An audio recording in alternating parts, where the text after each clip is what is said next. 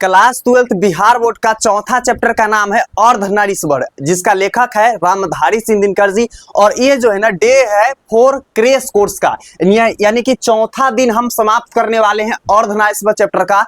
एक एक क्वेश्चन कहीं से बिहार बोर्ड में पूछा जाए 2026 परीक्षा में, कहीं से खोद करके पूछा जाए, आप जो है ना बता दीजिएगा, क्योंकि इतना आसानी भाषा और बिहारी ट्रिक से हम आपको पढ़ा देंगे ना कि आपको टोटल चीज डायरेक्ट माइंड में बैठ जाएगा भैया। ठीक है, आपको कहीं से कोई भी क्वेश्चन आए बस आप जो है ना एकदम यूं ही जवाब उसका दे दीजिएगा। तो चलिए सबसे पहले लेखक परिचय जानते हैं। हम सब लेखक परिचय बताने से पहले आपको बता देते हैं कि लेखक परिचय से ऑब्जेक्टिव जो है ना आपके एग्जाम में भर भर के पूछे जाते हैं, इसलिए जो है ना लेखक परिचय हम बताते हैं सभी वीडियो में। ठीक है, बाकी आपके सारांश से सब्जेक्टिव तो पूछते ही हैं, जैसे लघु उत्तरीय और दीर्घ उत्तरीय प्रश्न। ठीक है, तो चलिए रामधारी सिंह दिनकर जी का सबसे पहले क्या जानते हैं भैया, तो इसका जानते हैं हम लोग कि जन्म कब हुआ है, मृत्यु कब हुआ है, प्रमुख कृतियां कौन सा है, कहाँ के रहने वाले हैं, माता पिता का नाम क्या है, ये सब जानना जरूरी है ना किसी भी चैप्टर को पढ़ने से पहले, है ना। तो देखिए ये हमारे रामधारी सिंह, ठीक है, जिनको दिनकर के नाम से भी जानते हैं। क्या नाम से जानते हैं भैया? दिनकर। एग्जाम में ज्यादातर दिनकर का ही उपयोग किया जाता है, यानी शॉर्ट नाम का यूज करता है वहां पे। तो जो दिनकर जी है ना वो अर्धनारीश्वर चैप्टर लिखे हैं, और अर्धनारीश्वर चैप्टर जो लिखे हैं ना यह एक निबंध है। क्या हो जाएंगे जी? एक जो है ना निबंध हो जाएंगे। तो आपको याद रखना है अर्धनारीश्वर चैप्टर क्या है, एक निबंध हो जाएंगे। तो यहाँ पर लेखक है रामधारी सिंह दिनकर जी, कौन सा चैप्टर के? तो अर्धनारीश्वर चैप्टर के। अब बात करते हैं इनका जन्म कब हुआ है, तो जन्म हुआ है 23 सितंबर 1908 ईस्वी को इनका जन्म हुआ है। और निधन कब हुआ है जी? तो 24 अप्रैल 1974 ईस्वी को इनका निधन हुआ है। कब हुआ है? 24 अप्रैल 1974 ईस्वी को इनका निधन हुआ है। तो इस चीज को आप याद रखिएगा। जन्म स्थान की बात किया जाए, इनका जन्म स्थान कहाँ है? ठीक है, तो इनका है सिमरिया बेगूसराय। ठीक है, सिमरिया कहाँ है? बेगूसराय में है इनका जन्म स्थान। और बिहार में हुआ है इनका जन्म, मतलब बेगूसराय तो बिहार में ही है, तो बिहार में ही होगा। माता जी का नाम क्या है? मनरूप देवी। और पिताजी का नाम क्या है? रवि सिंह। तो ये वाला एग्जाम में आपको VVI लगा लीजिएगा, क्योंकि एग्जाम में अक्सर पूछे जाते हैं कि रामधारी सिंह दिनकर जी के माता जी का नाम क्या है, तो मनरूप देवी। पिताजी के नाम क्या है? रवि सिंह। ये आपके एग्जाम के लिए VVI है। शिक्षा की बात किया जाए तो आरंभिक शिक्षा, यानी जो शुरू के शिक्षा होते हैं ना, प्राथमिक शिक्षा, आरंभिक शिक्षा, शुरू के शिक्षा सब एक ही होते हैं। तो इन्होंने जो है ना गांव से किए हैं, और 1928 ईस्वी में मोकामा घाट से रेलवे हाई स्कूल से मैट्रिक पास किए हैं। ठीक है, और 1932 में पटना कॉलेज से BA इतिहास से, यानी हिस्ट्री ऑनर्स से इन्होंने BA किए हुए हैं। आगे साहित्यिक अभिरुचि, यानी साहित्यिक अभिरुचि क्या क्या चीज में इनको थे, तो 1925 में छात्र सहोदर में पहली कविता प्रकाशित हुई थी। एग्जाम में आपके पूछे जाएंगे कि रामधारी सिंह दिनकर जी की छात्र सहोदर पत्रिका कब प्रकाशित हुई थी, 1925 में, या 1925 में रामधारी सिंह दिनकर जी का कौन सा कविता प्रकाशित हुई थी, तो छात्र सहोदर। या छात्र सहोदर के रचनाकार कौन है, तो रामधारी सिंह दिनकर जी। इस तरीके से क्वेश्चन आपके पूछे जाएंगे एग्जाम में। अब है प्रतिभा, जैसे अनेक इन्होंने रचनाएं की, मतलब बहुत सारी इन्होंने रचनाएं की थी। कृतियां की बात की जाए, इनका कौन कौन सा कृति है, तो प्रमुख काव्य में आ जाएंगे प्रणभंग, रेणुका, ठीक है, हुंकार और रसवंती। कुरुक्षेत्र, ठीक है, रश्मि रथी और नील कमल यहाँ पर हो जाएंगे, या उर्वशी। इन्होंने जो है ना उर्वशी पर ज्ञानपीठ पुरस्कार प्राप्त हुआ है। आगे देखिएगा प्रमुख गद्य में कौन कौन आ जाएंगे, तो आपके आ जाएंगे मिट्टी की ओर, संस्कृत के 4 अध्याय, ठीक है, काव्य की भूमिका। और सम्मान इनको क्या क्या मिले हैं, सम्मान मतलब पुरस्कार कौन कौन सा मिले हुए हैं, तो संस्कृत के 4 अध्याय पर जो है ना इन्हें साहित्य अकादमी पुरस्कार मिला है, और उर्वशी पर इन्हें क्या मिला है, भारतीय ज्ञानपीठ पुरस्कार मिला है, और पद्मा भूषण से भी सम्मानित है। तो एग्जाम में पूछे जाएंगे कि रामधारी सिंह दिनकर जी को कौन सा भूषण से सम्मानित है, पद्म भूषण, पद्म विभूषण, ऐसे करके पूछे जाएंगे। आपको याद रखना है पद्म भूषण से। ठीक है, आगे रामधारी सिंह दिनकर जी को राष्ट्र कवि के नाम से भी जानते हैं। तो एग्जाम में पूछे जाएंगे कि राष्ट्र कवि के नाम से इनमें से किन को जानते हैं, तो रामधारी सिंह दिनकर जी को जानते हैं। ठीक है जी, चलिए अगला हम लोग का स्लाइड क्या चीज है, वो है सारांश का स्लाइड। ठीक है, सारांश में हम लोग एक एक चीज जानेंगे कि आखिर अर्धनारीश्वर चैप्टर को लिखने का पर्पस क्या है, क्यों लिखे गए हैं, यहाँ से कैसे प्रश्न बनते हैं, जैसे मैंने आपको लेखक परिचय में बता दिया।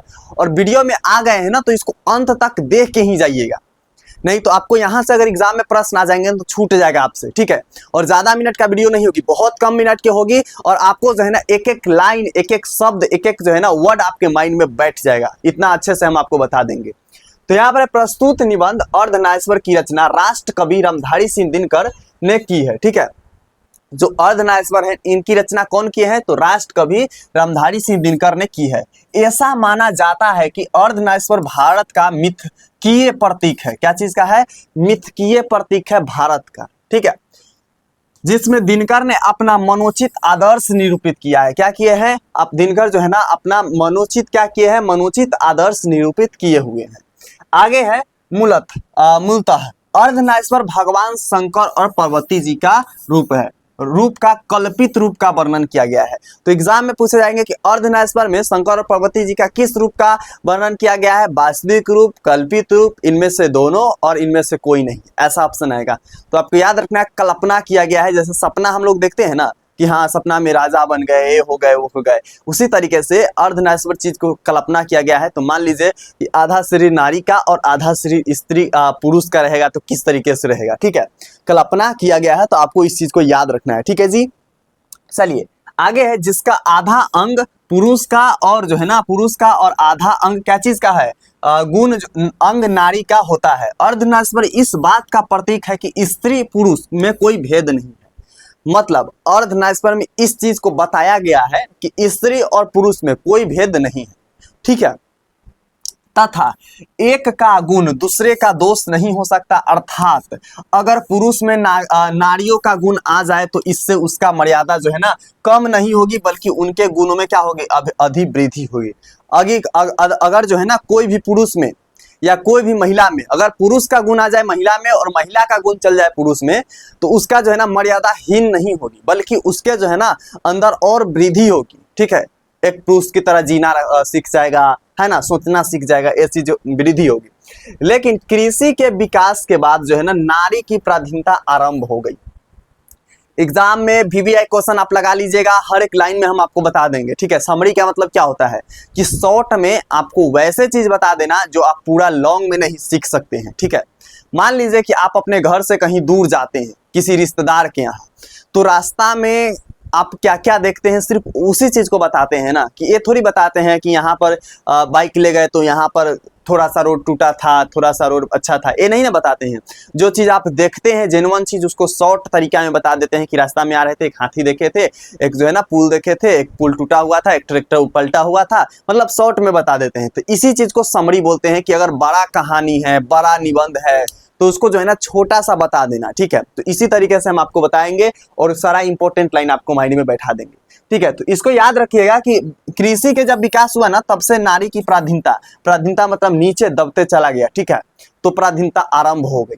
कहते हैं कि जिंदगी दो भागों में बट गई, नारी घर में और पुरुष जो है ना बाहर रहने लगे। जब से स्त्री कृषि का आविष्कार क्या होगा शुरुआत हुआ, ठीक है, विकास हुआ कृषि का, तो अब नारी जो है ना घर में रहने लगी और जो पुरुष लोग हैं वो बाहर रहने लगे, ठीक है।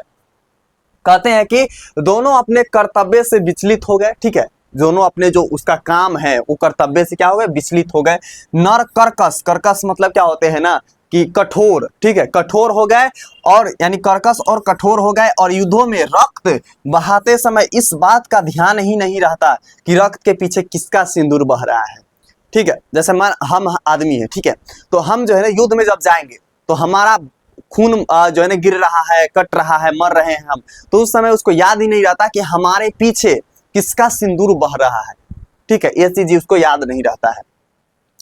कहते हैं कि जिनका सिंदूर बह रहा है उनका क्या होगा, मतलब जिसका सिंदूर बह रहा है उसका क्या होगा, और न ही उन सिंदूर वालियों का ही फिक्र है और ना जो सिंदूर लगाती है उसका फिक्र है, ठीक है, जो महिला है उसकी पत्नी है उसको भी फिक्र नहीं है।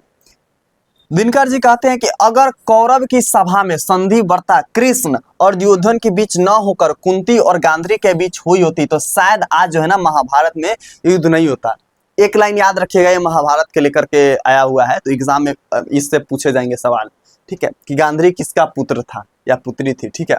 तो यहाँ पर कहते हैं कि अगर मान लीजिए जो महाभारत थे ना युद्ध क्यों हुए थे आप ये भी जानते हैं, तो यहाँ पर कहते हैं कौरव की सभा में संधि वार्ता कृष्ण से नहीं होकर के अगर गांधारी और किसके बीच हुई होती, कुंती के बीच हुई होती, तो यह जो है ना आज महाभारत होता ही नहीं, महाभारत का युद्ध होता ही नहीं, इस तरीके से बताते हैं। लेखक इस पाठ में नारी के महत्व को बताया है। मुंशी प्रेमचंद्र जी जो है ना क्या कहते हैं, मुंशी प्रेमचंद जी कहते हैं कि पुरुष जब नारी का गुण लेता है ना तो क्या हो जाता है, वो देवता बन जाता है। देखिए यहाँ पर दो चीज याद रखिएगा कि जो मुंशी प्रेमचंद्र जी का, ये आपको लाइन याद रखना है, ठीक है, कि जब भी कोई पुरुष जो है ना क्या लेता है, नारी का गुण लेता है तो वह देवता बन जाता है। लेकिन फिर आगे वो कहते हैं कि किंतु नारी जब नर का गुण सीखती है ना तो क्या बन जाती है, राक्षसी बन जाती है, ठीक है।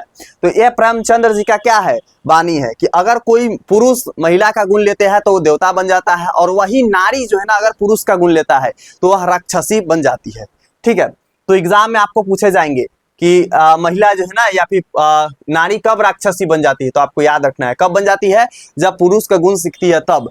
आगे है यहाँ पर कि लेखक नारियों के जो है ना नारियों के प्रति लोगों के सोच को भी इस पाठ में उजागर करते हैं।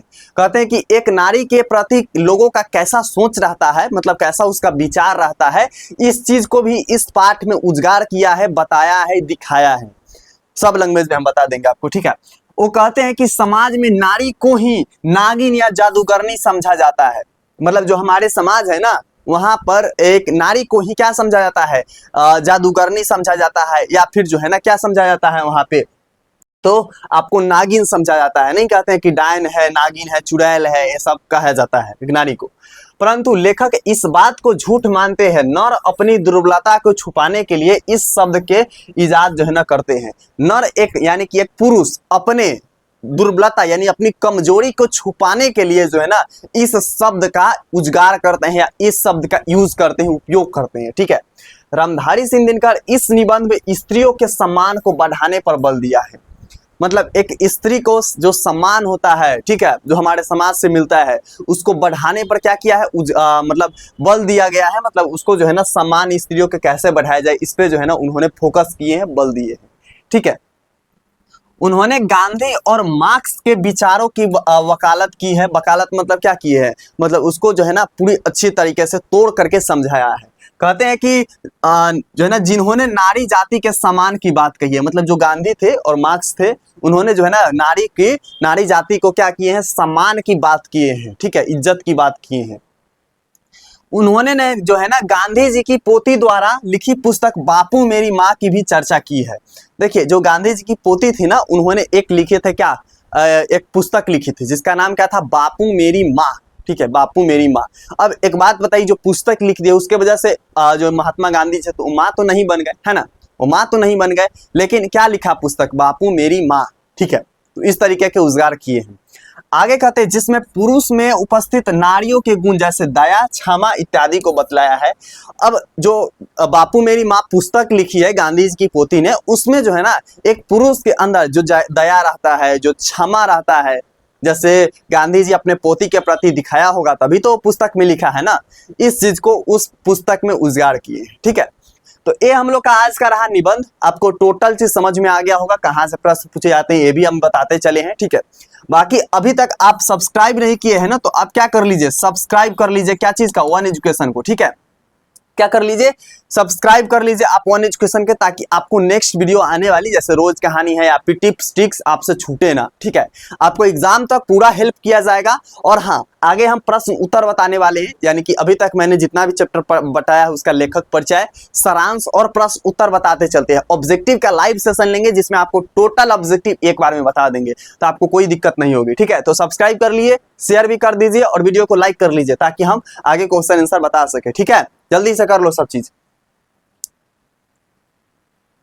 तो यहाँ पर हम लोग का क्या है भैया जी, तो यहाँ पर आते हैं प्रश्न उत्तर, ठीक है। प्रश्न उत्तर जो आपको कुछ ऐसा प्रश्न उत्तर दिखेगा जो 5 नंबर में एग्जाम में पूछे जाएंगे एक्सप्लेनेशन के तौर पे, ठीक है जी। तो यहाँ पर है यदि संधि की वर्ता यानी यहाँ पर समझिएगा कि यदि संधि की वार्ता कुंती और गांधी के बीच हुई होती तो बहुत संभव था कि महाभारत न मचता। लेखक ने इस कथन से क्या आप सहमत है, लेखक को जो ये कथन बताए हैं इससे क्या आप सहमत है, आप अपना पक्ष जरूर दीजिए, ठीक है। यानी अपना पक्ष बताइए, क्या आप सहमत है। एग्जाम में ऐसे प्रश्न पूछे जाएंगे।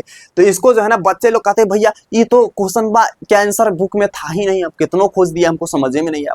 भाई ये सब क्वेश्चन जो है ना समझने से लिखाता है, ठीक है। इसको तुम सोचोगे कि बुक में लाइन बाई लाइन, जैसे बचपन में हम लोग क्या ढूंढते थे कि क्वेश्चन देख लिया वही वाला वर्ड बुक में ढूंढते चल गए, जहां मिल गया तो उसी से तरीका काट काट के आंसर बना दिए। लेकिन अब आप बड़े हो गए हैं, अब आपके माइंड से लिखना पड़ता है। और आप जब बुक पढ़वे नहीं किए हैं तो माइक से जो है ना माइंड से कहाँ से लिखिएगा, ये बताइए। तो इसलिए जो है ना आपको हम बढ़िया तरीके से, सटीक तरीके से बता देते हैं। प्रस्तुत निबंध अर्धनारीश्वर में राष्ट्रकवि दिनकर ने नारी शक्ति की मर्यादा एवं महानता को दर्शाने का प्रयास किया है। इस प्रसंग में उन्होंने चर्चा की है कि यदि संधि की वार्ता कृष्ण और दुर्योधन के बीच न हो करके कुंती और गांधारी के बीच हुई होती तो बहुत संभव था कि महाभारत नहीं होता। ये तो आपको ऊपर वाला लाइन ही चिपकाया हुआ है, ठीक है, थोड़ा सा आगे आपको जोड़ दिया है राष्ट्रकवि है, ठीक है।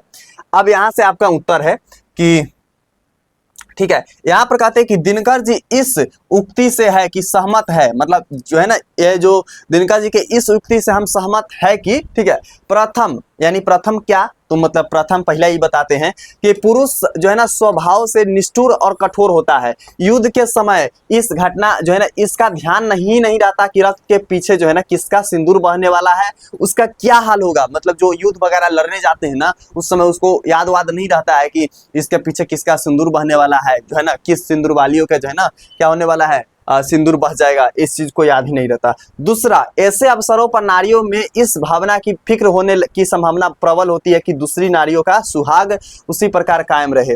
मतलब एक जो है ना नारी को हमेशा याद मतलब वो कायम रहता है, एक पक्ष कायम रहता है कि वो जो है ना क्या करे कि उसकी दूसरी जो है ना नारी को सिंदूर ना उजरे, उसका सुहाग ना उजरे, ठीक है।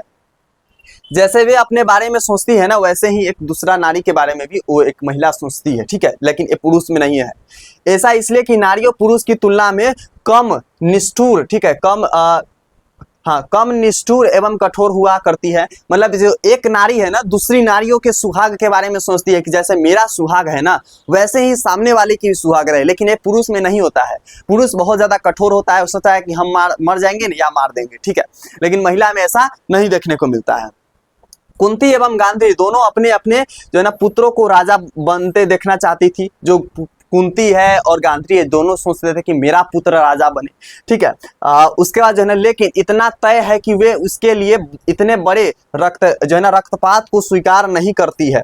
मतलब वो अगर जो गांधारी थी और क्या थी यहाँ पे कुंती थी, वो दोनों सोचते थे कि मेरा पुत्र राजा बने, ठीक है, मेरा पुत्र राजा बने, लेकिन वो ये नहीं सोचे कि इस राजा बनने के चक्कर में जो है ना कितना रक्त बहेगा ये उसको पता नहीं था। अगर पता होता तो वो लोग ऐसा करते ही नहीं, ठीक है। आगे है कि दोनों चाहती थी कि युद्ध ना हो, मतलब दोनों कुंती और गांधारी दोनों चाहते थे कि युद्ध ना हो, ठीक है, वार्ता से ही कोई ना कोई जो है ना रास्ता निकल आए, यानी कि आराम से बातचीत करके ही कोई ना कोई रास्ता निकल जाता, ठीक है जी। चलो जी आगे चलते हैं। आगे कहते हैं कि दूसरा क्वेश्चन हम लोग का है कि अर्धनारीश्वर की कल्पना क्यों की गई, ठीक है, आज इसकी क्या सार्थकता है। मतलब आज जो है ना अर्धनारीश्वर का हमारे समाज में क्या सार्थकता है और इसकी चर्चा क्यों की गई, ठीक है, तो इस चीज को समझिएगा। कहते हैं कि अर्धनारीश्वर शंकर और पार्वती जी का कल्पित रूप है जिसका आधा अंग पुरुष का और आधा अंग नारी का होता है। स्पष्ट है कि यह कल्पना शिव और शक्ति के बीच पूर्ण समन्वय दिखाने के लिए की गई है। मतलब अर्धनारीश्वर का मतलब ही है कि आधा अंग नारी का आधा अंग पुरुष का है, और इस संबंध में जो शिव भगवान है ना उसको समन्वय समान दिखाने के लिए यह जो है ना बताया गया है। इतना ही नहीं, अर्धनारीश्वर की कल्पना में कुछ इस बात का भी संकेत मिलता है कि नर नारी पूर्ण रूप से समान है, उनमें एक के गुण दूसरे के दोष नहीं हो सकते। मतलब कहते हैं कि अर्धनारीश्वर में इस चीज को भी बताया गया है कि जो एक नारी है और नर है दोनों समान है, दोनों में से एक का गुण दूसरे का दोष नहीं हो सकते, ठीक है। आगे कहते हैं कि अर्थात नरों में नारिया के गुण आए तो इससे उसकी मर्यादा हीन नहीं होगी बल्कि उनकी जो है ना पूर्णता में वृद्धि ही होगी। पुरुष अगर नारी की कोमलता, दया, सरलता जैसे गुण जो है ना अपने में ले आए तो उसका जो है ना जीवन पूर्णता का बोध हो जाता है। उसी प्रकार से अगर नारी अपने में पौरुष भाव का समावेश करे, माता एवं पिता दोनों की भूमिका निभाए तो समाज में पूर्णता का भाव पैदा होगा। जैसे जो है ना स्त्री के अंदर दया जो है ना सरलता, उसके अलावा उसके अंदर मोह माया होता है, उसी तरीके से अगर पुरुष में भी आ जाए ना तो वो जो है ना क्या होगा, एक अपना समाज में क्या कर रहा है पूर्णता को पैदा करेगा, ठीक है, समाज में अपना भूमिका निभाएगा, इस तरीके से होगा, ठीक है। आगे करते हैं कि वर्तमान युग में भी अर्धनारीश्वर की सार्थकता है। लेखक के अनुसार आज पुरुष और स्त्री में अर्धनारीश्वर का यह रूप भी देखने को नहीं आता। मतलब कहते हैं कि आज जो है ना हमारे समाज में एक पुरुष के अंदर और एक स्त्री के अंदर यह गुण देखने को नहीं मिलता है, ठीक है। कहते हैं कि यहाँ पर है कि संसार यह रूप नहीं देखने को मिलता। संसार में स्त्री एवं पुरुष दूरियां बढ़ती जा रही है, मतलब एक स्त्री को एक पुरुष से दूरियां बढ़ती जा रही है। संसार में सर्वत्र पुरुष पुरुष है और स्त्री स्त्री है। नारी समझती है कि पुरुष भी स्त्रियोजित गुण को अपनाकर समाज में स्त्रियों कहलाने से घबराता है। जैसे जो है ना एक पुरुष जो है ना स्त्री वाला गुण सीख करके सोचता है कि हमको समाज में क्या कहेगा, सब कहेगा स्त्री है, स्त्रियोजित है, ठीक है, मतलब समाज में कलंकित उसको कहेगा, इसलिए वो घबराता है। और स्त्री और पुरुष के गुणों के बीच एक प्रकार का विभाजन हो गया है और जो है ना विभाजन की रेखा को लागने में नर और नारी दोनों में क्या लगता है, भय लगता है, ठीक है। तो ये हम लोग का आज का क्वेश्चन रहा है जो कि VVI क्वेश्चन है। नेक्स्ट हम लोग का चैप्टर क्या है भैया, रोज कहानी, ठीक है, बड़ा मजेदार कहानी है और उसका भी हम समरी देखेंगे, सारांश देखेंगे, ठीक है, प्रश्न उत्तर देखेंगे, लेखक परिचय देखेंगे। तो अभी तक सब्सक्राइब नहीं किया तो सब्सक्राइब कर लो, इस वीडियो को लाइक कर लो और कमेंट में बताइए भैया ऐसा कोई क्वेश्चन था जो हम आपको नहीं बताए, वो कमेंट में लिख दीजिए। देखिए अगर मान लीजिए कि आपके माइंड में कोई क्वेश्चन है, आप उसको कमेंट बॉक्स में लिख दिए, ठीक है। अभी तो बोलने वाला सिस्टम आ गया, आप कीबोर्ड में बोलिएगा तो लिखा जाएगा, तो आप लिख करके उसमें भेज दीजिए। तो ऐसे करके अगर हर एक बच्चा एक एक क्वेश्चन वहां पर टाइप कर देना तो हर एक बच्चा को क्लियर हो जाएगा डाउट, ठीक है। हमको क्लियर करने की जरूरत ही नहीं, आप लोग आप खुद कमेंट में जो है ना आप क्लियर कर लीजिएगा। तो ये आप कमेंट बॉक्स में जरूर बताइए कौन सा प्रश्न छूट गया है। और अगर आप ये भी बता सकते हैं कि अगली वीडियो किस टॉपिक पर चाहिए, मतलब सब्जेक्ट के अलावा वो भी बता दीजिएगा, जैसे प्रश्न उत्तर वगैरह कोई और डाउट वगैरह है तो बता दीजिएगा, ठीक है। बाकी मिलते हैं अगला चैप्टर रोज कहानी में, तब तक के लिए love you and bye bye champion.